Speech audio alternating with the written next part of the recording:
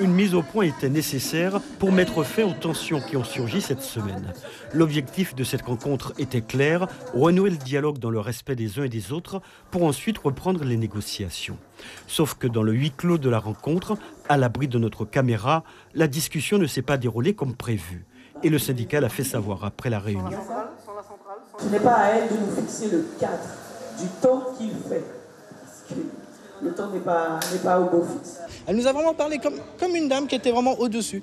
C'était vraiment particulièrement triste à voir. Un comportement que déplorent les membres du syndicat, mais aussi des propos qu'aurait tenus la directrice sur les conditions de la reprise des négociations.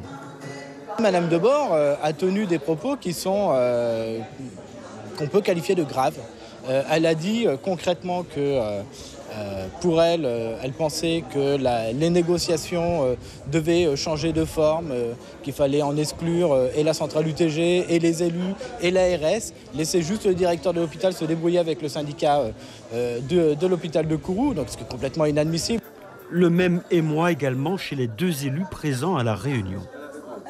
Moi, j'ai halluciné d'entendre la déclaration de la directrice de l'ARS qui, à mon avis, soit elle a une feuille de route bien définie et on ne réglera rien du tout, ou alors il y a une mauvaise volonté de sa part, réellement, de faire avancer le dossier. Je suis fondamentalement outré par cette réaction de la DG qui, de mon point de vue, n'a strictement rien compris à la Guyane. Interrogée à ce sujet, Clara Debord dément formellement avoir tenu ses propos. C'est précisément pas du tout cela que j'ai indiqué et donc je vais le confirmer par écrit. Je crois qu'il est important que les efforts de tous soient réunis pour pouvoir avancer pour les conditions de travail et le progrès social à Kourou. La reprise des négociations n'est toujours pas actée. La grève dure depuis 31 jours.